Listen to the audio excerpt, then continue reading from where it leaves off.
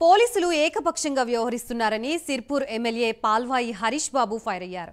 కొమరం భీం ఆసిఫాబాద్ జిల్లాలోని జైనూర్ మండల కేంద్రంలో ఇటీవల జరిగిన దాడుల్లో పలువురికి తీవ్ర గాయాలైన విషయం తెలిసిందే. విషయం తెలుసుకున్న ఎమ్మెల్యే పాల్వాయి హరీష్ బాబు గాయపడ్డ బాధితుల్ని పరామర్శించడానికి వెళ్లారు.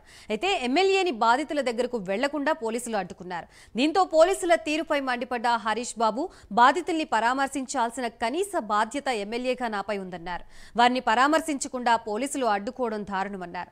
బాధితులకు వైద్య న్యాయం సహాయం అందించాలన్న ఎమ్మెల్యే హరీష్ బాబు దాడికి పాల్పడిన వారిని కఠినంగా శిక్షించాలని డిమాండ్ చేశారు.